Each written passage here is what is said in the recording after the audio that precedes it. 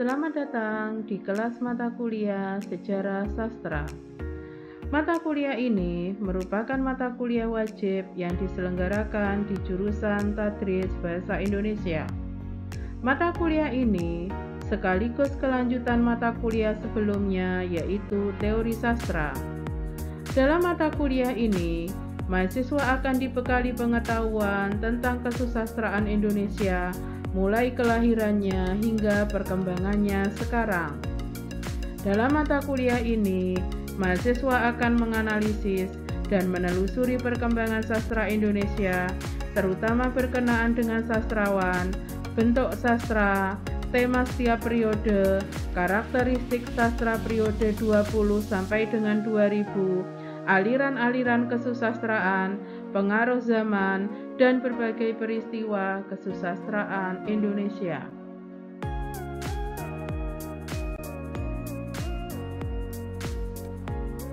Tak kenal, maka tak sayang. Izinkan saya memperkenalkan diri terlebih dahulu. Ada kota di Aceh namanya Meulaboh. 2004 tsunami membuat kota ini porak-poranda. Perkenalkan, nama saya Muyasaro yang 1 semester siap menemani dan mengajar Anda.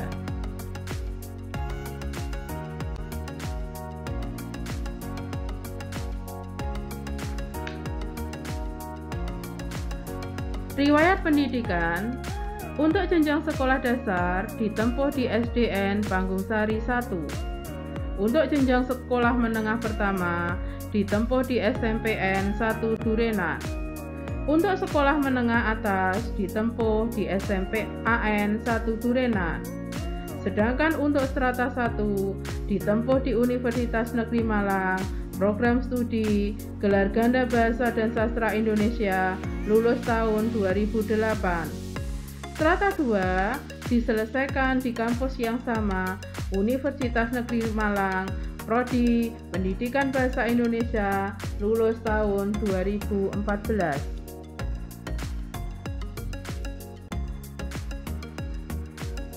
Komunikasi merupakan kunci penting dalam keberhasilan perkuliahan ini. Oleh karena itu, mahasiswa dan dosen harus bersinergi mewujudkan kesuksesan perkuliahan. Dalam menjalankan perkuliahan, dosen dituntut memiliki sifat profesional dan berdedikasi. Dedikasi tersebut diwujudkan seperti ungkapan berikut. Kami bukan manusia sempurna. Kami hanya berusaha memberikan yang terbaik bagi siswa kami dengan menanamkan dan mengajarkan nilai kebaikan dalam hidup. Yang kami tahu hanyalah mengajarkan kemudahan, bukan kerumitan. Sementara itu, di pihak mahasiswa dituntut untuk memiliki tekad yang kuat dan berkomitmen untuk belajar sebaik-baiknya agar dapat mewujudkan atau meraih cita-cita yang diharapkan di masa depan. Tekad tersebut dijelaskan tokoh berikut. Jika Anda tidak mengejar apa yang diinginkan, maka Anda tidak akan mendapatkannya. Jika Anda tidak melangkah maju, Anda akan tetap berada di tempat yang sama. Mari wujudkan tekad untuk meraih mimpi-mimpi Anda.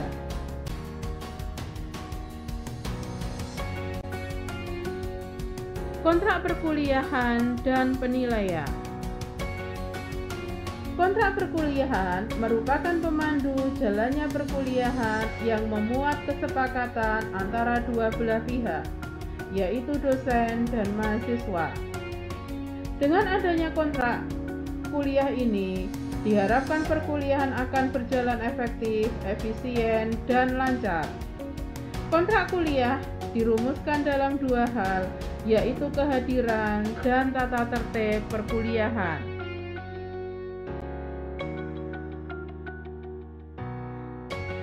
Kehadiran. Syarat minimal kehadiran untuk mahasiswa adalah 75%.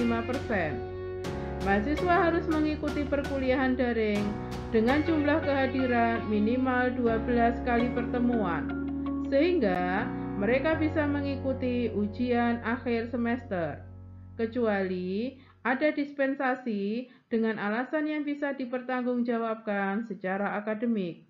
Misal sakit berkepanjangan sehingga harus rawat inap, mengikuti persiapan pemusatan latihan nasional bagi atlet, dan sebagainya. Tata tertib perkuliahan. 1. Mengumpulkan tugas sesuai waktu yang ditentukan. 2. Mengisi presensi pada link yang diberikan. 3. Jika mengajukan pertanyaan, ditulis dalam forum chat. Moderator akan membacakan pertanyaan jika waktu masih tersedia. Jika waktunya sudah habis, akan dibahas atau diulas pertemuan selanjutnya. 4. Membuat laporan resitasi bacaan karya sastra Indonesia yang menjadi tugas mandiri. 5. Tidak boleh meninggalkan perkuliahan tanpa seizin dosen bersangkutan. 6. Aktif memberikan tanggapan atau pertanyaan selama perkuliahan berlangsung. 7. Jika berhalangan hadir, silakan menghubungi dosen pengampu mata kuliah. 8. Jika perkuliahan menggunakan tatap maya atau virtual, wajib mengaktifkan kamera dan berpakaian rapi dengan memperhatikan etika dan estetika ruangan pada saat perkuliahan berlangsung.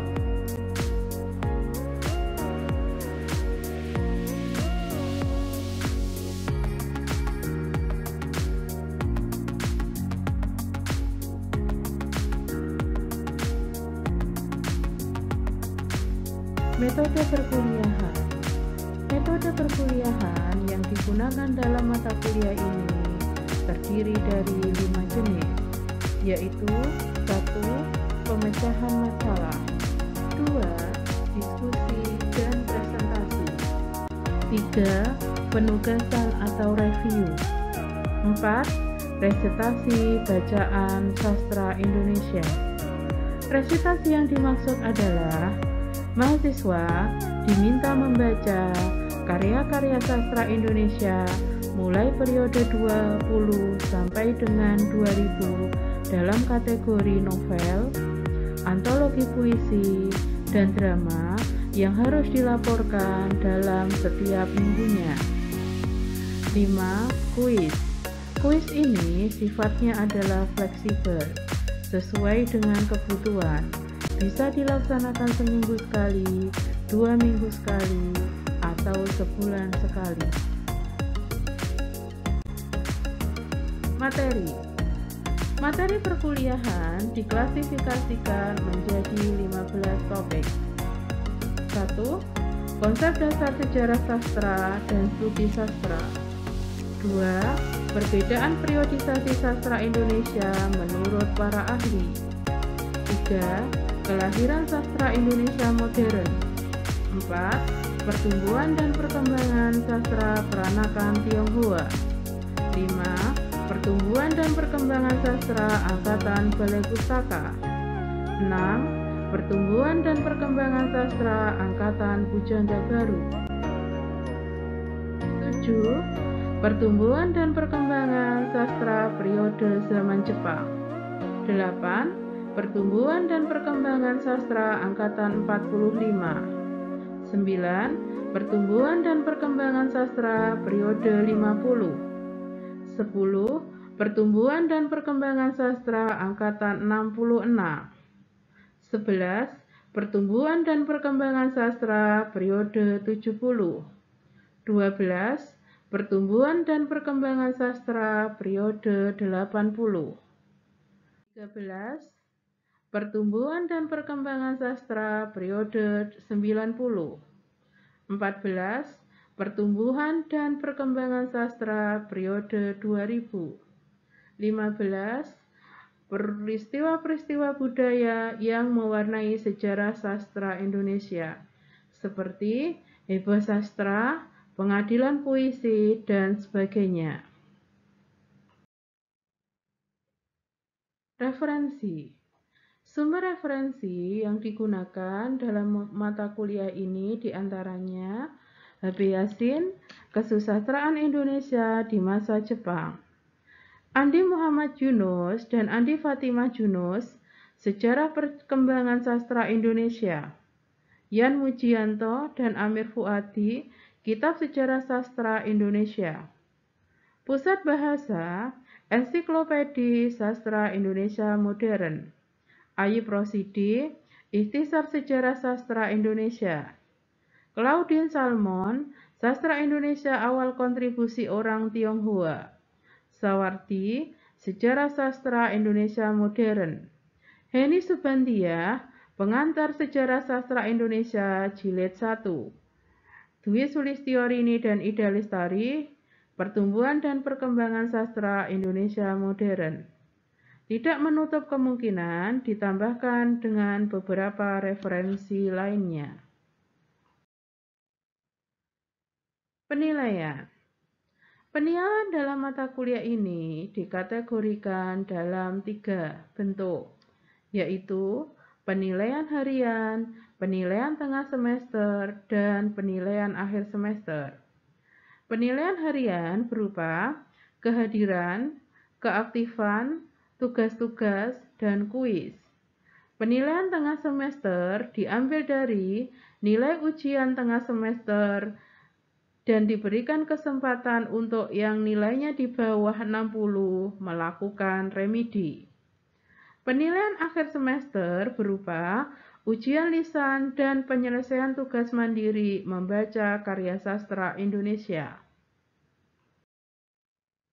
Nilai akhir perkuliahan berdasarkan 3 kriteria penilaian. Dengan bobot persentase 45% rata-rata nilai harian, 25% ujian tengah semester, 30% nilai akhir semester. Terima kasih. Untuk lebih jelasnya, bisa mendapatkan informasi pada bagian bawah berikut ini.